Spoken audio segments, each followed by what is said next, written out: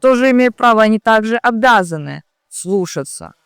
Вставать капитана из Старпома с своими постоянными вопросами. Какие у тебя еще есть увлечения? То есть тебе кто-то уже предъявлял по тому поводу, что ты занимаешь чье-то место, получается? Ну, плюс я себе в обиду не дам тоже. Если что, Была ли у тебя какая-то неудобная ситуация на борту судна? Кем ты себя видишь через 10 лет? Есть какое-то планирование будущего в плане семьи? Честным быть сейчас не модно нифига. мне не за что мстить.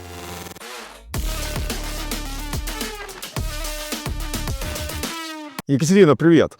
Здравствуйте, Майк. Очень было много запросов по этому поводу, чтобы ты рассказала. Очень много людей интересуется, каково это быть девушкой на борту торгового судна. Представься, как тебя зовут, откуда ты, ну и что можешь о себе так рассказать? Да. Еще раз всем привет. Меня зовут Катя, 19 лет.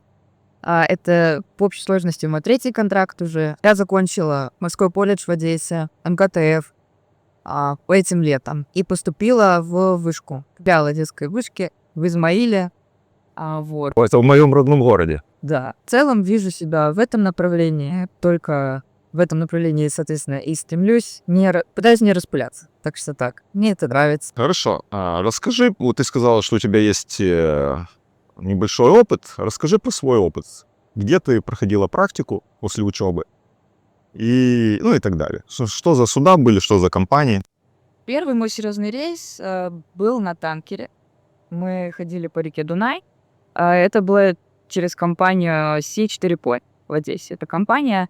Хочу передать большое спасибо, кстати, всем туда. Был классный рейс. Вторая практика. Это у тебя 3-й контракт на борту вот этого судна. Второе судно какое было? Да, второе судно было CMA CGM Лука. Мы обходили всю Средиземку абсолютно. Очень был плотный контракт, очень много портов. Интенсивно.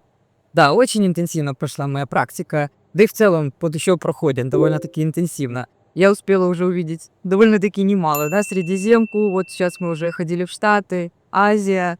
В общем, я очень рада, что у меня такой насыщенный опыт есть уже на данный момент. Расскажи, пожалуйста, как ты вообще пришла к этой профессии? Что тебя привело? Почему такой выбор? Это было довольно-таки неожиданно, несмотря на то, что у меня вообще семья морская, испокон веков. Ну, много-много поколений, в общем. У меня там были и стармехи, и капитаны непосредственно в роду, дедушки двоюродные там. Вот сейчас у меня папа крестный капитан. Привет, кстати. Вот. И опять же, почему-то было неожиданно. Вообще вначале рассматривала себя в сторону медицины, но когда купила первую книжку по биологии, я сама стала зеленого цвета, как этот стол, и поняла, что это не мое, не хочу, не интересно. И, собственно, папа крестный предложил такую идею. Говорит, ну, в каком городе находимся? Одесса. Одесса морской город. Семья у тебя какая? Такая же. Правильно, все.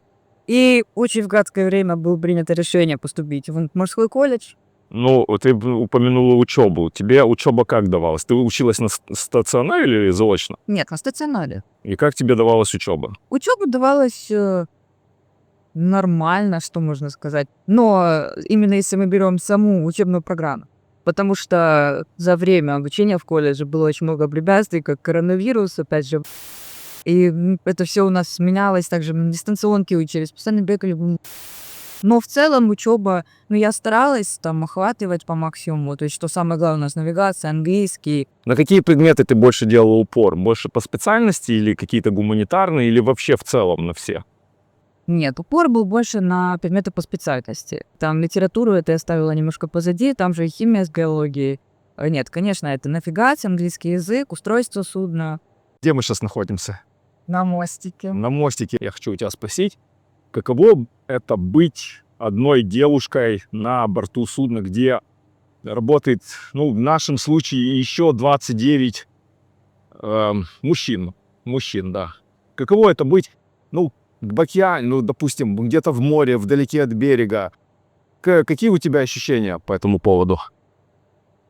Абсолютно нормально работается, потому что я не воспринимаю это так, как вы привели примеры. Я не воспринимаю такую асоциальность, такой изоляцию, вот как то, что вы приводите, такой пример. Потому что дома все мы людей в социуме, мы находимся так или иначе. И я же говорила уже, что в колледже, привыкшая к нахождению к мужской компании, да, но колледж это другое, работа это другое, но Колледж это берег. И берег это берег. Ты захотела, пошла домой. А море это как бы ты вдалеке от дома. Ты, может быть, чувствуешь себя как-то не в безопасности, потому что кто придет на помощь? опа, нет, я в этом плане себя чувствую в безопасности. У нас столько компанейских правил с вами, а, столько мер для безопасности, также женщин на флоте есть. Везде развешаны номера, куда хочешь позвони, да, попроси по помощи. В случае необходимости. Конечно, в случае необходимости. Нет, я себя чувствую фу-фу-фу. В этом плане хорошо. Спокойно. Это просто прекрасно слышать если я тут руководитель, да, капитан, и мне приятно, что девушка на борту этого судна, вообще, в принципе, любой человек, чувствует себя в безопасности. Ну, плюс я себе в обиду не дам тоже. Если что, Пока ты училась, да, наверняка были какие-то увлечения. Можешь рассказать про свои увлечения, так, чтобы все понимали, чем ты занималась, какие там, может быть, у тебя хобби были на берегу и на борту судна, если они такие есть? Ну, кроме того, что доставать капитана из Старпома своими постоянными вопросами, какие у тебя еще есть увлечения? Ну, были, может быть, и есть на берегу и на борту судна. ключевое слово «если» есть. Я забыла упомянуть, что учеба была довольно плотной, потому что я стала старшиной, посвящала, в принципе, только этому свое основное время. Из хобби очень нравится изучение языков. Я учила немецкий, как вы недавно узнали, но, к сожалению, забыла его. Очень нравится мне музыка. Как бы я не хотела себе в дальнейшем, возможно, в этом попробовать, не назову себя сильно творческим человеком. В принципе, только прослушивание музыки. Она везде со мной всегда. Из хобби в целом-то больше ничего нет. А на борту есть какие-то хобби? Да нету. То есть там ты не играешь в какие-то игры в компьютерные? Вот как мы сейчас сидим, у нас тут прикольный PlayStation. Не, я могу иногда пойти пойку поиграть, если меня кто-то зовет. Просмотр фильмов, может быть. Что скачано, то смотрю. В целом в этом очень скучно. В Ютубе очень люблю что-то смотреть. То есть даже потому что в рейсе почему-то нету вдохновения смотреть фильм или сериал. Я заметила за собой, по крайней мере. Хочется прийти там, когда к себе в каюту, посмотреть какое-то шоу, отвлечься на что-то. По твоему мнению, вот ты сейчас уже находишься некоторое время на борту судна. Сколько ты на данный момент уже на борту? Ты приехала в Китай сразу после моего дня рождения. Надо запомнить вот это вот. Да. 10-го, по-моему, ты приехала ноября, Да. да? Или 11-го Дима стал третьим помощником, и его поменяло в должности кадета. Он был кадетом, и вот на данный момент получается, что ты на борту примерно 2 месяца. Да, скоро будет 2 месяца. Вот скоро будет 2 месяца. По твоему мнению, как к тебе относится экипаж? Ну, ты же чувствуешь как-то, знаешь, кто-то с тобой как-то общается, может, кто-то грубит, кто-то там, наоборот, подкалывает, кто-то шутит, кто-то серьезно относится. Вот в целом, как ты думаешь, как к тебе относятся? В целом, слава богу, в голову ничего плохого не приходит, опять же, кроме каких-то подколов, то, что вы говорите. Это я не против. Сама люблю поприкалываться, постебать там. В начале каждого рейса сталкиваюсь с не то что даже опаской, с осторожным отношением к себе, естественно, потому что я могу понять, не сразу знаешь, как себя вести с девушкой на борту. Но это быстро улетучивается, когда меня узнают немножко побольше. И атмосфера становится максимально приятной. Как я могу сказать со своей стороны. Не знаю, как там всем, но в целом-то так. После того, как ты получишь промоушен, я имею в виду, именно уже станешь в должности выше, а это рано или поздно когда-нибудь случится. Лучше, конечно, рано, чем поздно, да? Тем более я знаю, что у тебя уже, 5, да, промоушенов? Нет, с прошлого парохода, я считаю, только уже контейнерный флот 3 с промоушеном 3 капитан. Ты, когда повысишься в должности, а это произойдет 100%, ты будешь командовать мужчинами. Скажи, ты к этому готова, что ты будешь командовать? Почти всегда сначала они будут старше тебя. Иногда старше в 2 раза. Ты к этому готова? Да, конечно. Зачем я здесь еще? Если я тебя отправлю командовать швартовкой, ты сможешь управиться с теми, вот ты знаешь, что у нас на борту, да? Да. Ты будешь способна ими командовать во время швартовки? Конечно, буду. Я в этом плане абсолютно точно понимаю, что требуется с моей стороны. Я полностью понимаю, что требуется от меня. как от будущего офицера. Я не то что имею право, я обязана руководить, направлять людьми, наблюдать. И люди, в свою очередь, да, если они находятся у меня под руководством, они не то что тоже имеют право, они также обязаны слушаться. Поэтому, ребята, уже у кого какие должности, если я стану третьей, я уже третья. То есть, будь добр. А если не будет слушаться, как-то поговорим уже тогда. Но опять же, возвращаясь к предыдущему нашему несколько минут назад фразам, да, что ты всегда можешь обратиться к начальству, и начальство тебе обязано. Оно не то, что должно отмахнуться, оно тебе обязано помочь в этом. Это не только тебе, это любому молодому офицеру. Мы, старшие офицеры, для того и есть на борту судна, независимо, это на мостике или в машине, для того, чтобы направлять, наставлять и помогать младшим. В принципе, ты готова взять на себя груз ответственности, потому что когда ты станешь командующей на швартовной станции, а это одна из самых опасных операций на борту судна, швартовка, все может пойти не так. Может поломаться лебедка, лопнуть швартовный конец, который не только от тебя зависит. Буксир резко дернул, швартовный конец полетел. И нужно вот эти все моменты всегда просчитывать. Мы с тобой разговаривали уже про швартовку, да? Я понимаю, что ты знаешь, как все делать, но у тебя должно быть тоже чувство ответственности за тех людей, с которыми ты работаешь. Конечно. То есть ты к этому на 100% готова. Правильно? Готова управлять мужчинами. Что это такое, Катя? Это лайфрафт На сколько человек? на 6. 6 человек, да. Вот мы сейчас где? На форвард левый борт. Почти на Forward Mooring Stage. Так, а что у нас здесь есть возле лайфрафта? Что у нас тут интересного? Из интересного... Люди должны знать, да, люди должны знать, как этот лайфрафт скинуть за борт. Он оборудован гидростат-релизом или нет? Нет, не оборудован. Нет, этот не оборудован. Хорошо, тогда получается, что только люди его могут скинуть, да? Для этого что у нас здесь есть? Для этого... мы его можем мануально скинуть. Не, я имею в виду, они где-то могут подчеркнуть информацию, как им пользоваться? Да, из лайфрафт launching procedure. То есть есть инструкция, да, для того, чтобы скинуть этот лайфрафт. У тебя есть какие-то, может быть, суеверия, может быть, привычки, может быть, что-то ты не делаешь перед каким-то определенным событием, вот в таком плане что-то можешь рассказать?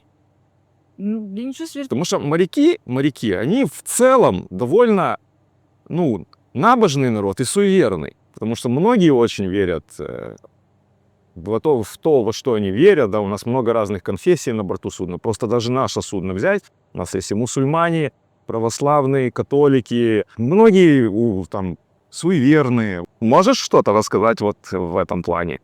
Да ничего такого сумасшедшего а-ля там... Я стучу 3 раза себя по пятке перед какими-то маневрами. Нет. Вот это вот первый раз я слышу, что себя кто-то стучит по пятке перед какими-то маневрами. Это реально так? Да нет, я говорю, а-ля такого нету ничего. Ничего такого я сейчас вам не скажу. Там, постучат по столу там по чем-то деревянному 3 раза там. Плюнуть через плечо. Плюнуть через плечо. В каюту не возвращаться после того, как ушла.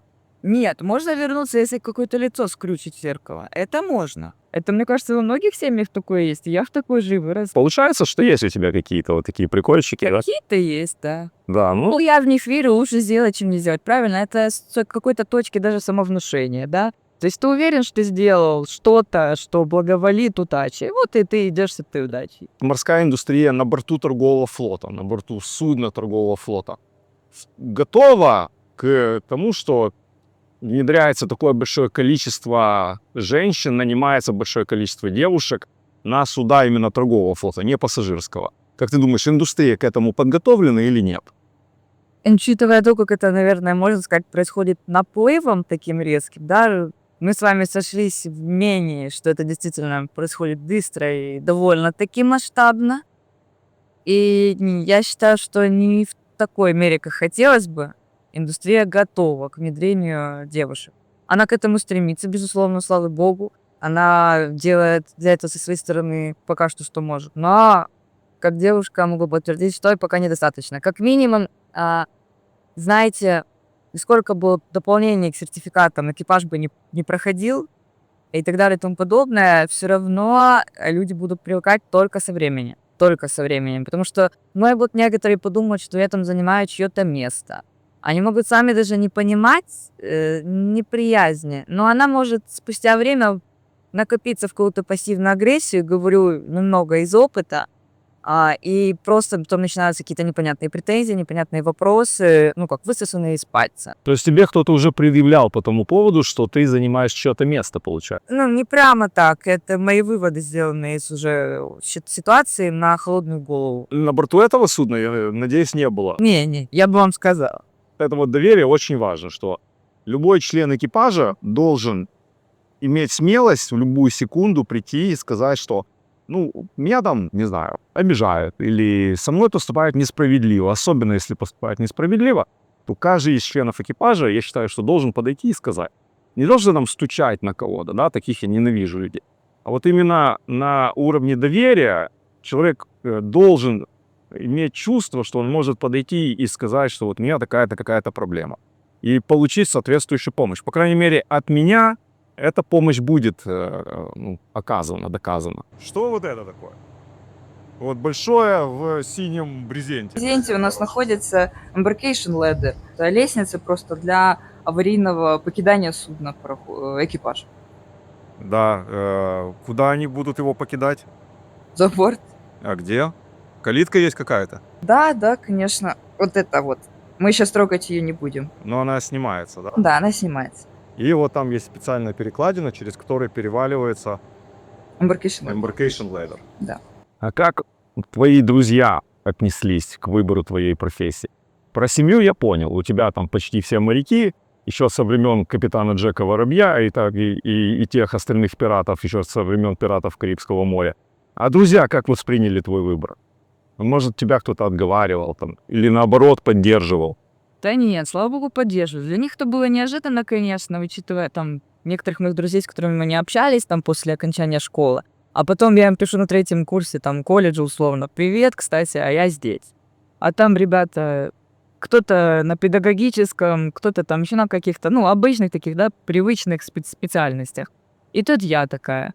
Это было, опять же, неожиданно. Ребята были в таком приятном шоке, но меня поддержали, порадовались, меня пожелали удачи и держали кулачки. То есть в целом было положительное восприятие того, что ты выбрала такую нелегкую для девушки профессию. Но это на самом деле так. Сейчас будет немного неудобный вопрос. Да? Были ли у тебя ситуации на борту судна, когда к тебе как-то приставали? Слава богу, не могу такого сейчас сказать, и, надеюсь, не смогу. Потому что это щепетильная тема, да, вы правы. Но не хотелось бы с ней столкнуться, потому что море — это не совсем та обстановка, да, где можно что-то, ну, в этом плане, да, если мы имеем в виду, что-то здоровое воспроизвести. Но я тебе скажу так, что на самом деле это не редкость, когда кто-то к кому-то начинает приставать. То есть у тебя с этим как бы не было проблем. Фу-фу-фу. А какие-то намеки были со стороны противоположного пола того же экипажа? Да нет, Не было ничего такого, да? не было. Все, То есть, все мы нормально. то есть на сегодняшний день можно сказать по флоту, что все ведут себя нормально, адекватно. Пока что да, из тех, кого я встречала. Ну, мы же все сейчас проходим курсы по харазменту, да, что нельзя. Кстати, харазмент должен работать в обе стороны. Конечно. Потому что, смотри, харазмент — это сексуальные домогательства и так далее, да? Он же работает как в одну сторону, так и в другую сторону. Потому что если на борту 20 мужчин и там одна или две девушки, да, то понятно, что вероятность харазмента с этой стороны будет больше, со стороны мужчин. Но может быть такое, что на борту 2 мужчины и 20 девушек. Может. Тогда будет совсем другая ситуация. Мы к этому идем, потому что количество девушек на борту судна с каждым годом увеличивается, да, если когда-то это было 0, потом сейчас и 1, сейчас нередко уже, когда 2 девушки на борту судна. Но честно сказать, вот я работаю 18 лет, скоро будет 19 лет на флоте. Сколько и мне лет. Вот видишь? Да, я с 2007-го начал плотно работать. Я как джентльмен, да, я не могу сказать, что... Я не могу спросить, сколько тебе лет, я могу просто сказать, что тебе 19, и все. Была ли у тебя какая-то неудобная ситуация на борту судна? Ну, вот именно исходя из того, что ты девушка. Я могу тебе привести пример. Один раз было такое, что я просто захожу в прачечную, и есть у нас такая, как бы, ну, не то что обязанность, есть у нас такая привычка у моряков, когда приходишь, там стиралки уже достиралась, тебе нужно перекинуть со стиралки в сушилку. И так как, ну, все были мужчины, кроме одной девушки на борту, ну, все привыкли, что берешь то, что там уже лежит, кидаешь в сушилку и ложишь свое грязное белье в стиралку и начинаешь стираться, чтобы не задерживалось. Один раз я захожу, тоже смотрю, там лежит какое-то белье, думаю, сейчас перекину туда и свое постираю. Открываю, а там, ну, я так понимаю, что ну, там лифчик ни с чем не перепутаешь. Да? да, все это. Ну, я честно не знаю, может, это было и боцмана. Может, кто-то и носит такую одежду. Ну, мне стало как-то неудобно. Я решил, блин, фиг с ним, пусть там полежит, человек придет, заберет, сам перекинет, что ему надо. Ну, вот это была неудобная ситуация. Как начал работать старпомом, а вот через 2 месяца будет 10 лет, как я капитаном работаю. Я еще со времен старпома постоянно уже начал работать с девушками. Не каждый контракт, но постоянно. И ну, ситуации возникают разные. Была есть такая маленькая, коротенькая, не сказать, что такое неудобство. Просто сосед через переборку, реферман как-то мне сказал: Кать, ты можешь там, пожалуйста, в 11 вечера не сушить свои волосы? Он говорит, я хочу поспать. Я ему говорю, я понимаю, прости, пожалуйста, просто у меня вахта, мне нужно. Ну, в общем, он понял меня, слава богу, и не выдвигал никаких больше претензий, но я теперь с этим аккуратно. Но в целом, если мы говорим пока, каких-то ситуаций нет. Понимаешь, это даже нельзя сказать, что это из-за того, что ты девушка, потому что может быть и парень с длинными волосами. Ну, а ты на борту судна. Как ты думаешь, ты физически готова к выполнению необходимых работ? Особенно важно, что касается безопасности. Касаемо безопасности, пожалуй, все, что со своей стороны я могу сделать, соблюдая все правила, нормы, я делаю. Но, опять же, касаемо физической нагрузки, да, если мы говорим, потому что работа работе тоже рознь, разная может быть. Да, но когда что-то, если что-то поручают такое тяжелое, ну что ж я тут скажу. Могу уступить кому-то. Ну смотри, просто я привожу как пример.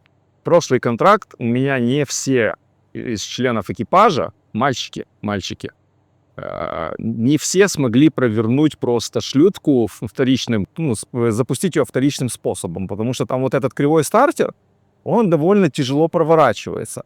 И не все мальчики смогли это сделать. Ну, это действительно тяжело физически сделать. Там нужно приложить хорошую физическую силу для того, чтобы провернуть вот этот вот кривой стартер. Также просто по пароходу, если пройтись, у нас есть так называемые водонепроницаемые двери с задрайками. Не вот эти задрайки, которые раз, два, а которые именно зажимаются, закручиваются, да, задраиваются. И даже если взять просто наш passageway, даже вот эту вот дверь тяжело закрыть, представляешь?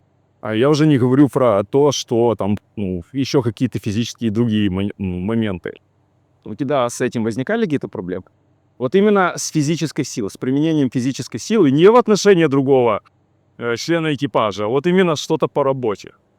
Ну, моментами что-то бывает, да, вот опять же, на вашем примере, я тоже не смогла запустить мануально двигатель шлюпки.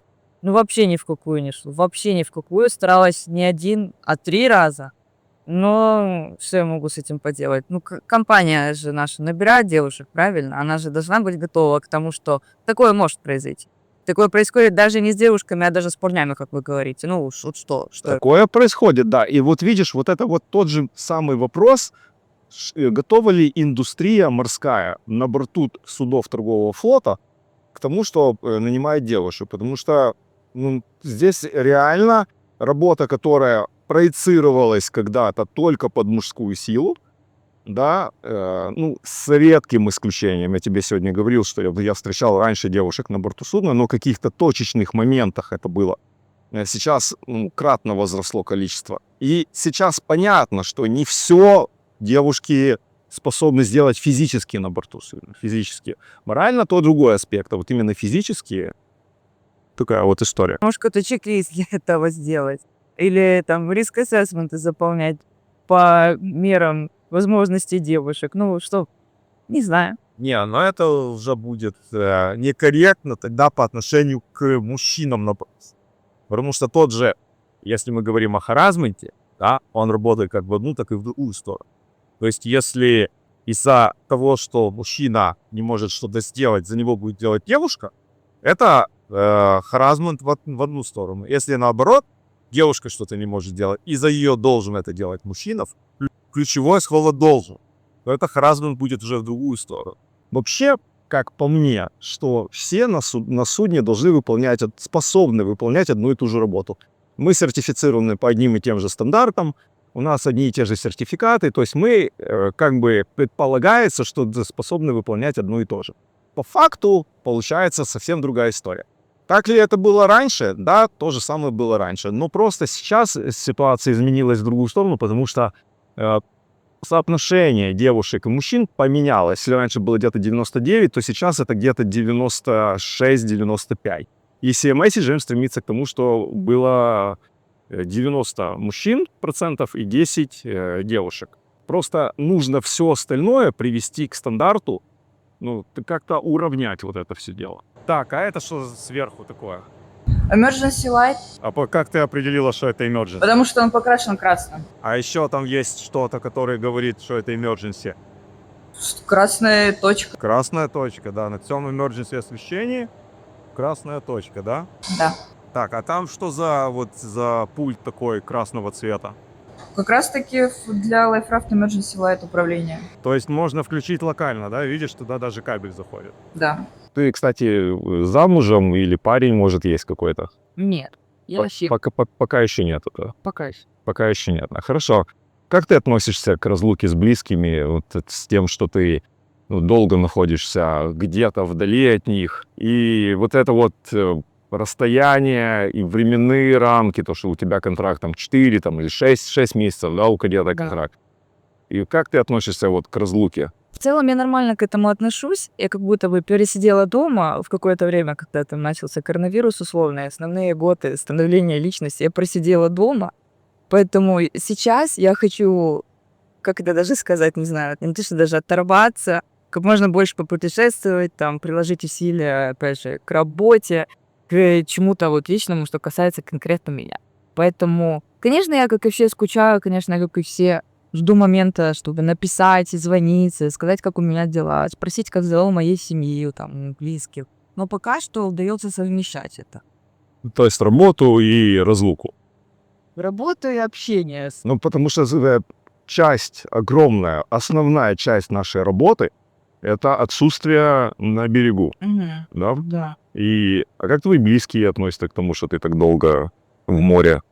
Ну, скучают, конечно. Это было тяжелым событием для моих родителей. Опять же, когда я впервые на такое долгое время уехала, и когда ты, например, проводишь 6 месяцев где-то или 5 месяцев, особенно если экипаж минимально меняется, вы как-то уже, ну, как привыкаете, действительно, вы почти на одном таком большом доме, в одном таком большом доме живете все вместе. Поэтому и мне тяжело, и семье тяжело, потому что даже скучаю. Но дай бог, дальше будут покороче контракты. Твой самый первый контракт сколько был месяцев? 6. Вот ты работала на танкере и чисто по Дунаю. Да. То есть вы где-то базировались в Измаиле, или вы чисто работали где-то там, не знаю, на каких-то отрезках, у вас линия была, или вы просто были как вот куда пошлю, туда пойдем? Или тебя это особо тогда не интересовало? Не, конечно же, интересовало. Куда у нас был груз, туда мы его и возили. В основном это был да, Измаил, проходили Галац, Браила, и в Констанцию возили постоянно. Не через море, а через именно Дунай. Там в Молдову, в Болгарию зашли. К сожалению, не было груза, который мы могли отвезти дальше в Европу. Пока было так. Как ты думаешь, почему в наши дни вот так резко начали набирать женщин, девушек на суда торгового флота? Потому что раньше набирали точечно, да, там одна попадалась, там одна попадалась. Сейчас каждый контракт, в течение уже нескольких контрактов на борту я встречаю девушек разных национальностей. То есть начали набирать резко. Почему? Как ты, твое мнение? Ну вот опять же, да, согласна, в какой-то момент мир, что ли, пересмотрел тенденции свои, это стало популяризироваться не только в нашей с вами профессии. Да, я тоже согласна, что это произошло наплывом. А мое мнение, что мир меняет свой взгляд на рабочую силу, так скажем, да, компания меняет свою политику, в том числе набирают девушек и женщин как рабочую силу, потому что есть не только их нехватка, вообще нехватка кадров каких. А если мы с вами поговорим про ситуацию, которая вообще в Америке происходит, там, в Штатах, там гораздо более строго с этим, гораздо. Там каждый человек, вне зависимости ни от какого своего статуса, вне зависимости от возможностей, должен оплачиваться равноценно, а ставка должна быть абсолютно одинаковая, возможности одинаковые, и не дай бог произойдет какое-то сомнение будет, да, или какая-то дискриминация, да, что, о чем мы с вами говорим. Поэтому это также пошло инерцией и на нашу с вами Индустрии. Да. Да, и в целом не только профессию, в целом на индустрию. Да. Потому что если раньше, вот, допустим, взять тот же порт, в котором мы сейчас с тобой находимся, да, раньше здесь работали только мужчины, да, вот, порт Циндао, Китай. Раньше работали на терминале только мужчины. Потом начали тут работать на терминале и женщины. Сейчас на терминале кто работает? Роботы. Просто роботы ездят. Те, которые мои зрители, которые не моряки, ну, не относятся непосредственно к морской индустрии, флоту тем более, им очень интересно, насколько искусственный интеллект входит в нашу профессию. А он входит, я тебе хочу сказать, нехило. Тут одно из судов Зеленого флота, ну, которые, знаешь, зеленые корпуса такие, Да. перешло самостоятельно под управлением искусственного интеллекта из Китая в США. Серьезно? Да, ну, естественно, они перешли только через океан, потому что с китайскими рыбаками искусственный интеллект никогда не сможет их победить, это невозможно. В общем, я тебя понял насчет внедрения женского пола, потому что многие компании по разным причинам внедряют. Некоторым не хватает кадров, некоторым не хватает престижа, они просто хотят, чтобы у них работало много женщин, чтобы где-то светиться, там, где-то медиа, СМИ и так далее. Некоторым не хватает еще чего-то, а некоторым не хватает всего этого, понимаешь, в сумме. И поэтому они стараются... Некоторые просто хотят уравнять женский пол, мужской пол, чтобы каким-то там, не знаю, или им так хочется, или каким-то организациям угодить. А некоторым вот именно не хватает всего этого. Но и они все будут правы, потому что так, если взять понемножку, в целом-то это же правда. Я лично с этим согласна, и все имеет место быть. А вот такой вопрос, тоже мало кто знает на него ответ. Что за ЦЦ? Давай вот это вот рассказывай. Видишь, тут ЦЦ. Почему она находится именно на практически крышке грузового трюма? В грузовой секции, возле грузового Б. Что обозначает аббревиатура ЦЦ? Обозначает cargo compartment. То есть какое-то грузовое что? С помещения. Да, потому что оно, видишь, оно находится набито на комингсе трюма. Да. То есть в трюм мы можем что-то загрузить. Окей, смотри, ты сейчас 3-й контракт, не так много опыта, да? Ну, уже посетила практически пол земного шара, потому что мы с тобой были. Только на этом, вот сейчас за эти 2 месяца мы посетили практически все китайские порты, по Золотому кольцу Китая прошлись. Еще посетим, еще 3 порта сейчас. Мы были в Канаде, мы были в Южной Корее, в Пусане. Мы были в Сиэтле, в США, да. С тех, что ты посетила портов, включая предыдущие практики. Ты сказала, что у тебя было Средиземное море. Ты сказала, что у тебя было еще Дунай, там очень красивые там порты захода, там, когда идешь, классно. Я просто работал когда-то, проходил практику на Дунае. Вот. Из всех вот этих портов, что тебе больше всего понравилось? Я вот думаю, у меня, наверное, с первого места бьются 2 порта. Ну, 2 порта, 2 города, в которых мне получилось выйти. Это Барселона. И это мне невероятно понравилось. Мы там были почти год назад. В общем, тоже где-то середина, начало зимы. Жутко холодно, но в Барселоне тепло, красиво. Мне очень нравится, как там совмещают современную архитектуру и аутентичную архитектуру. Даже это очень красиво, очень мне нравится, какая история за этим стоит. Это действительно очень душевное место, мне еще очень. Я был в Барселоне, я знаю, о чем ты говоришь. Вот, и понимаете, да? Потому что, опять же, всем людям нравится разное, кому-то там больше, да, Тихие, уединенные места, кому-то больше тайп-скверы, там, шум, камп. Это моя тема. Токио, неон, киберпанк, вот это вот я люблю. А кому-то нравится, вот как ты сказала, да, какая-то старая архитектура. Ну, я не могу сказать, что мне нравятся пока тихие, уединенные места. Я все-таки пока еще, может быть, молодая, вообще не наигралась. И мне очень-очень сильно понравилось в Мальте. Больше Валетты. Вот из-за тоски, то, что мы возвращаемся, да, мы поговорили сейчас про порты, возвращаемся, вот то, что расстояние длинное, когда-то у тебя вызывало это слезы? Конкретно это нет. Могло вызвать А вообще плакала ты на борту из-за чего-то? из-за накопившейся перенагрузки, да. Когда я пала на лугу впервые на крушит пароход, первое время мне было нелегко. От этих масштабов я не ожидала такого, если честно. И первое, да, было тяжело, могла всплакнуть. Было, то есть, что слезу пустила. Буквально момент слабости, буквально там ветер подул, что-то в глаз попало, да, было. Мы говорили про твое прошлое, мы говорили про твое настоящее. Да, давай, логический следующий вопрос. Кем ты себя видишь через 10 лет? Знаете, такая фраза приходит в голову тоже. Мы предполагаем, а Бог располагает. Так что, возможно, я буду уже старшей помощницей к этому периоду. А возможно, что-то подвернется в моей жизни, что я там сяду дома и буду себя реализовывать уже в другом плане, да? Уже познав, уже реализовавшись, дай Бог, здесь. Как моряк, да? Уже. Это знаешь, я тебе что скажу? Каждый, по крайней мере, в мою бытность, все моряки, которые учились со мной, думали, отработаем 5 лет в море, купим себе бар, жене купим салон красоты, квартира, машина и все. Бизнес мутится, там деньги крутятся. Да, и вот такое вот было. И на самом деле, по факту, фактически, может быть, у 1% получилось. Именно через 5 лет сесть только потому, что он заработал. Но все пацаны, которые пошли в моря, они все до сих пор работают в морях. Если это им нравится, и они там, где они хотят быть, только могу поздравить. Но мне кажется, далеко не каждый человек видит свою старость в море, мечтает пропускать праздники и так далее и тому подобное, рождение детей, какие-то годовщины.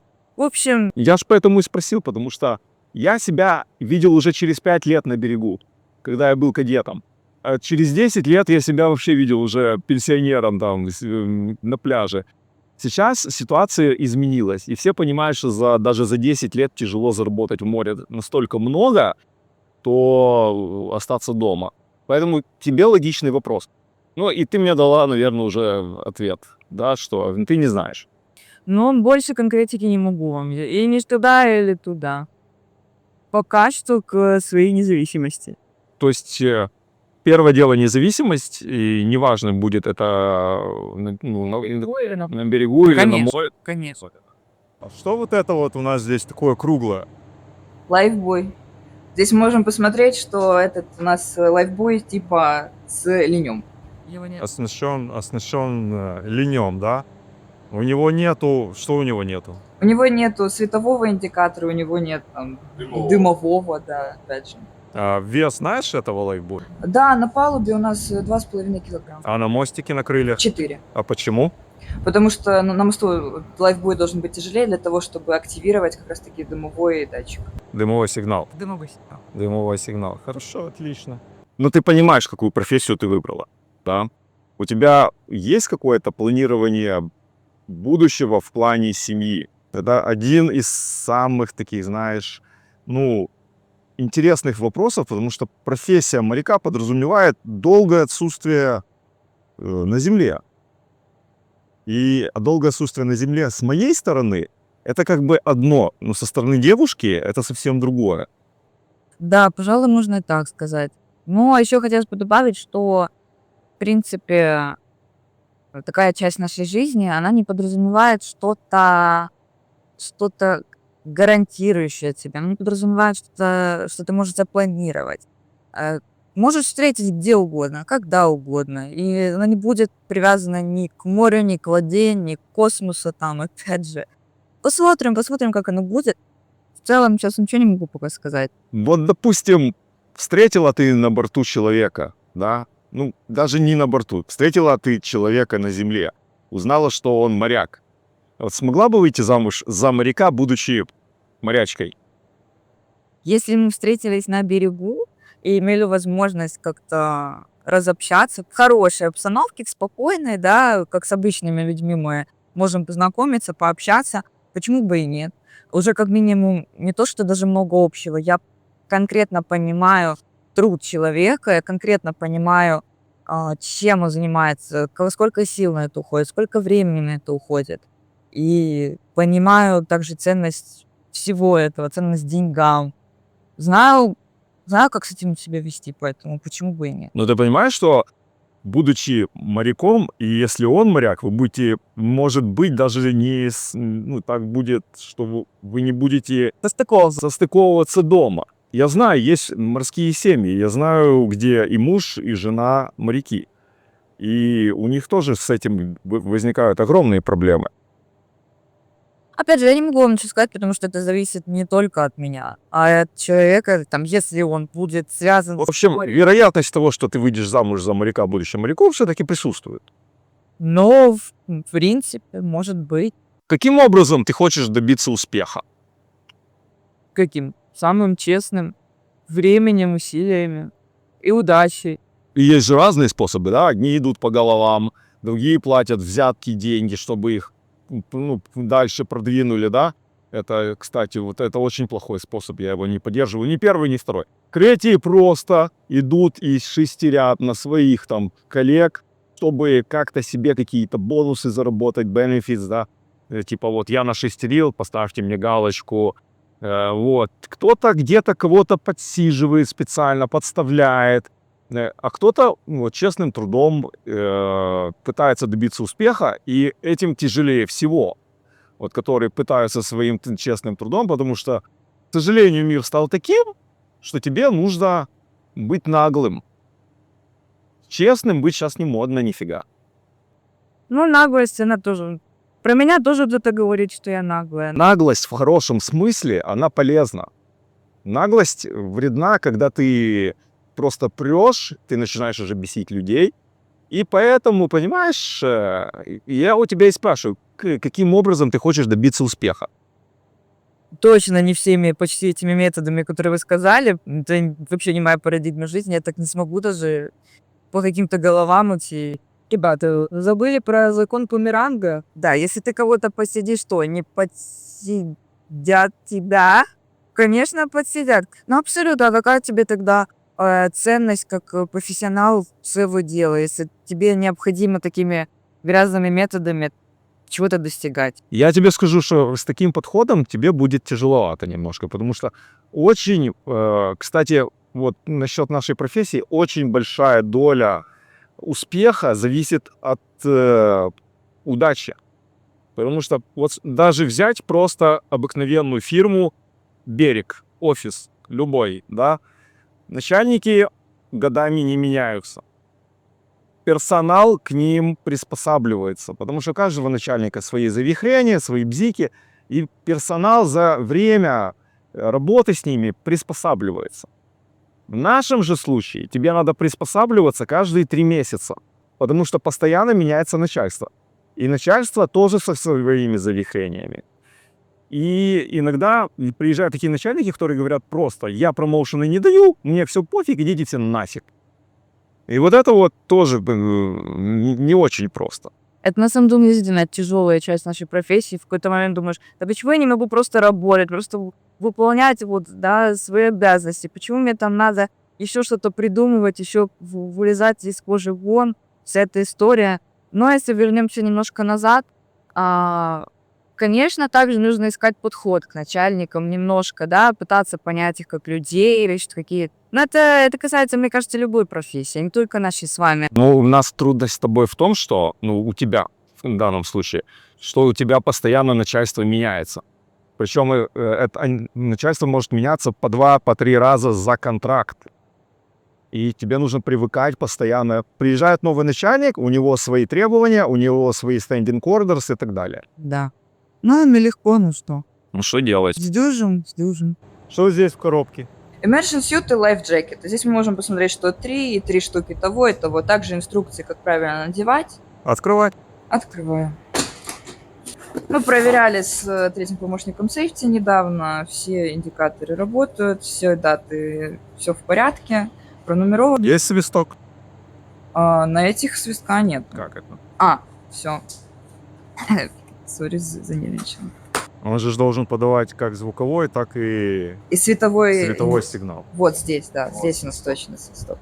Да, хорошо. А что там за immersion suit?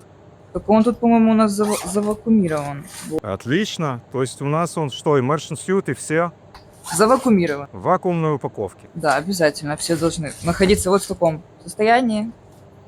Вот, быть абсолютно новыми, быть абсолютно... Потому что если мы его один раз откроем, то придется каждый месяц потом их проверять. А так как он в вакуумной упаковке, то заменой происходит раз в сколько-то лет.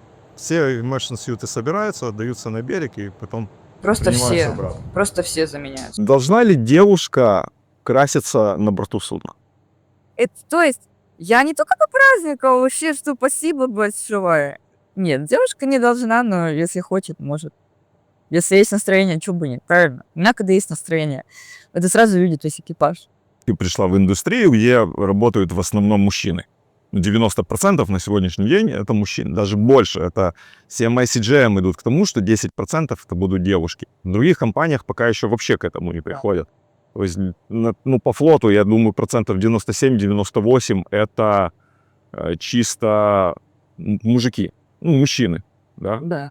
2-3% по мировому флоту, если мы берем торговый флот. Пассажирский флот, то совсем другая тема, там девушки были давно, там их много, и в разных должностях, Ты понимаешь, что некоторых жен это может раздражать, что они могут ревновать. Ну, в теории, да. Это не в теории, я тебе говорю на практике, потому что, я же общаюсь с экипажами постоянно. На одном судне, на другом судне, знакомых много. И некоторых жен это раздражает. Ты не боишься какой-то, не знаю, мести? Есть люди, которые нормально относятся к тому, что там, работает с его мужем девушка. Как моя жена. Она мне доверяет, она меня там чуть-чуть ревнует. Вот. А есть, которые вообще, вплоть до того, что едет домой. Не работай с ней, почему она на борту судна, едет домой. Включая наш пароход. Мне не за что мстить, но это такой вопрос, это очень громко сказано, мастер. И как вы упомянули, вам доверяют. А это, извините меня, не с моей стороны. То есть что я могу сделать как хорошего, так и плохого, если вам доверяют или вам не доверяют? Это сугубо от вас, там может что-то исходить. От него. Я тут при чем? Я тут работаю в первую очередь. Как проходит твоя нынешняя практика? Слушайте, мне нравится, как проходит, фу-фу-фу, пока что. А говорила не суеверная. Нет, ты сказала, да, что ты бьешь по дереву. Ну да, или вот тут. В общем-то, есть время для... У меня есть время для собственного обучения, для отрабатывания каких-то навыков, которые я получаю, сугубо практических навыков. Есть время задолбать начальство, возможность, непосредственно спросить множество разных вопросов, и стремиться дальше, потому что это только мне надо в первую очередь, правильно? Если ты не будешь это делать, никто за тебя не будет это делать. И за что я вам благодарна, что вы идете навстречу. Непосредственно все, что касаемо обучения, вы находите время, вы можете ответить мне на любой вопрос. Это очень-очень важно. На любой я не отвечу, потому что есть такие вопросы, на которые я просто не имею права отвечать. Наставники тебе помогают в практике? Да, за что я благодарна. Вам, Чифу, спасибо большое. Это одна из наших обязанностей, особенно старшего помощника. Опять же, я со своей стороны всегда советовал кадетам никогда не бояться подходить и спрашивать. Да, потому что нормальный начальник, он должен помогать младшему командному составу, кадетам и так далее. Ты со своей стороны, как кадет, уже с большим кадетским опытом, все-таки 3-й контракт, один из которых был еще и на нефтеналивном судне, на танкере, 2 на контейнеровозе. Ты со своей стороны, как опытный кадет, что можешь посоветовать тем кадетам, которые только будут начинать свой морской путь в практике, либо тем, кто хочет только поступить морской там какой-то институт, потому что мне много вопросов этих задают. Я советую как капитан. Я хочу, чтобы как ты, как кадет опытный, дала со своей стороны совет. Надеюсь, тоже будет последний контракт и последнее слово мое как кадетское. Уже закончится этот этап уже немножко. Детский говор поют. Ребята, что хочу сказать. Первым делом дерзайте, безусловно. Второе, верьте в себя. Если вы не будете верить, никто не будет. Никому вы, кроме себя, не нужны. Это надо знать, это надо понимать. Если уже ставишь цель себе, иди достигай ее. Не нужно распыляться на что-то, не нужно тратить время, нервы людей вокруг, их там деньги, да, на какое-то саморазвитие постоянно, какие-то курсы постоянно. Это я уже к конкретику привожу уже сильно уже. Ставьте упор на те вещи, которые вам понадобятся, какую бы вы специальность не выбрали. Нужно для себя трезво оценивать, что вам нужно, что вам интересно, не забывать как-то совмещать это. Искать свою работу в том, что вам нравится, что может пересекаться в вашей профессии с тем, в чем вы хороши. То есть, почему я делала упор на языках, почему мне это нравится, я дальше буду изучать языки. Только за, и мне это еще и пригодится. И еще самое главное, ребята, это всегда ходите с блокнотиком, вот всегда. Вы приезжаете впервые на пароход, вы проходите familiarization. Или вы там куда-то другую себе профессию даже выбираете. Ну, мы говорим, в частности, конечно, про пароход. Всегда с блокнотиком. Кадет вы или не кадет? Перешли дальше, не перешли дальше. Я не кадет, я в 26-м году хожу с планшетом или с телефоном. Нет, есть какой-то вопрос, есть какая-то задача, есть какой-то ответ даже, да? Но запишите, пригодится всегда, всегда. Ты изучал английский язык каким-то специфическим методом, вот ты про языки посоветовала, да, или как-то самостоятельно? Да нет, в общем и целом-то самостоятельно. Мне просто очень нравится, близок этот язык. Там быстро схватывала в какое-то свое время, ну, очень быстро. Не буду скромничать, это даже за слов других людей. А как-то вот так оно приключилось. Там смотрела парочку фильмов, парочку там сериалов, сугубо для себя, даже без нужды какой-либо. Там пару занятий с репетитором было, то и все. Ну, не было необходимости. Так что, ну, к сожалению, вот в рейсе немножко теряется уровень из-за множества национальностей, из-за того, что большая часть... Все говорят на разном английском. Конечно, это такие диалекты, такие все акценты. Смотри, Екатерина, просто это начало твоего пути в море. Со временем ты начинаешь к этому ко всему привыкать и начинаешь воспринимать даже какой-то, ну, грубо говоря, иностранный английский, не английский, а иностранный английский, любой национальности ты его будешь воспринимать на слух. Вот так вот. Да, безусловно, безусловно. Английский не только нужно понимать слуховым образом, не только нужно хорошо писать, не только общаться. Это все в совокупе должно происходить. Вот ходишь на палубе банально, да, нужно поговорить с форманом. Вот, ну, как ты будешь выяснять, какой борт грузить, что в контейнер не в позиции, куда погрузили диджишку, если ты не понимаешь на слух. Окей, спасибо тебе за это интервью. Мы интервью это записываем. Начали записывать рано утром. Ну, как рано утром? Не рано утром, в 9 утра. В 9 утра мы начали записывать это интервью. Потом мы поменяли локацию, но резко нужно было готовить машину к отходу. И мы записывали в процессе подготовки машины, то есть где-то нервы, где-то мы бежали куда-то. И во время подготовки началась такая дикая тряска, потому что заводили дизеля, проворачивали двигатель, мы дали ход. И то, что мы записали, там практически минут 40 было, да, чистой записи, там несколько отрезков, оно все вот такое вот шейкинг было, что невозможно было это как-то исправить. Поэтому мы вынуждены были уже после швартовки, сейчас 9 вечера, без 10 9 вечера, тоже, кстати, 40 минут мы уже записываем. И мы вынуждены были все это перезаписать, только потому что огромное количество вас, зрителей, просили интервью именно вот с Екатериной. Подписывайтесь на ее Инстаграм. Мы сейчас я поставлю, как она значится в Инстаграме. И ссылка на ее профиль будет в описании. Спасибо вам за внимание. Это был капитан Максим, Екатерина, кадет, очень опытный. Вы были на канале Макс Мастер. Передавай привет, кому хотела. Да, ребята, это было очень неожиданно. Спасибо вам. Всем удачи, дерзайте. И мама, привет! Рок-н-ролл жив. Мы на связи, Катя на вахту, Лена. Всем пока.